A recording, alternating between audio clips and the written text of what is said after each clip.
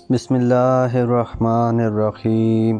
شروع کرتا ہوں اللہ تعالیٰ کے نام کے ساتھ جو بڑا مہربان نہایت رحم کرنے والا ہے۔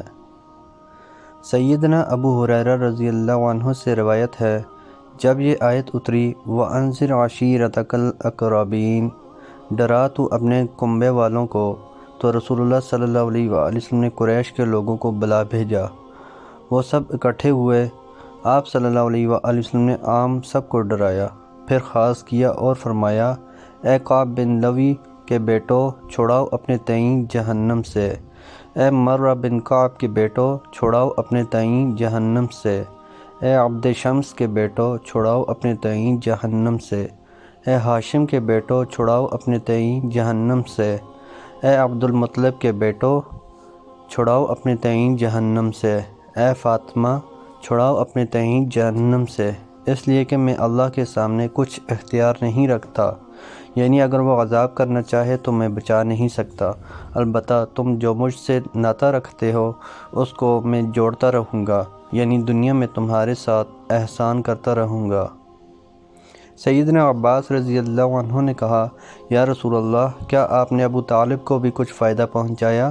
وہ آپ صلی اللہ علیہ وآلہ وسلم کی حفاظت کرتے تھے اور آپ صلی اللہ علیہ وآلہ وسلم کے واسطے غصے ہوتے تھے، یعنی جو کوئی آپ صلی اللہ علیہ وآلہ وسلم کو ستاتا تو اس پر غصے ہوتے۔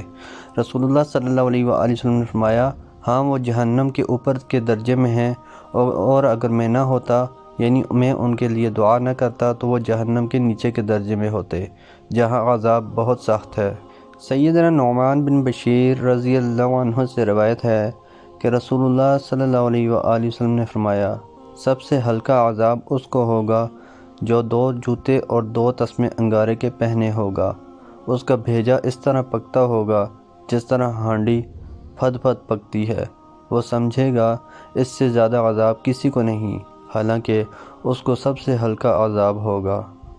سیدنا عمر بن عاص رضی اللہ عنہ سے روایت ہے کہ میں نے رسول اللہ صلی اللہ علیہ وآلہ وسلم سے سنا، آپ صلی اللہ علیہ وآلہ وسلم پکار کر فرماتے تھے، چپکے سے نہیں، فلاں کی اولاد میری عزیز نہیں، بلکہ میرا مالک اللہ ہے، اور میرے عزیز وہ مومن ہیں جو نیک ہوں۔ سیدنا ابو ہریرہ رضی اللہ عنہ سے روایت ہے کہ میں نے رسول اللہ صلی اللہ علیہ وآلہ وسلم سے سنا، رسول اللہ صلی اللہ علیہ وآلہ وسلم فرماتے تھے، میری امت میں سے 70,000 کی ایک جماعت جنت میں جائے گی، جن کے منہ 14ویں رات کے چاند کی طرح چمکتے ہوں گے۔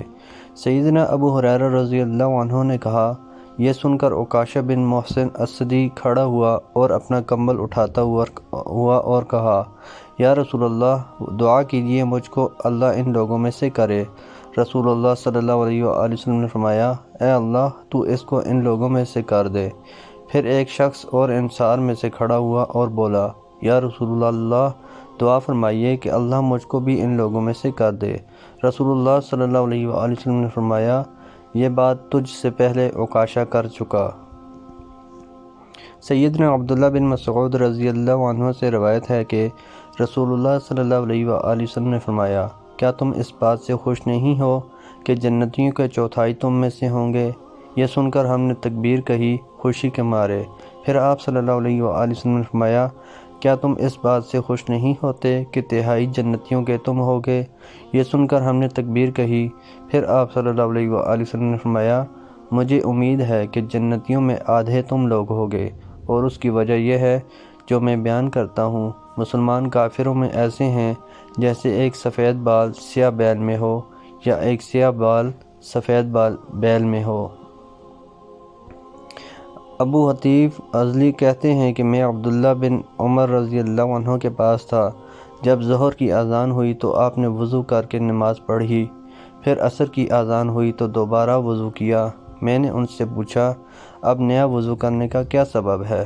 انہوں نے کہا، رسول اللہ صلی اللہ علیہ وآلہ وسلم فرمایا کرتے تھے، جو شخص وضو پر وضو کرے گا، اللہ اس کے لیے 10 نیکیاں لکھے گا۔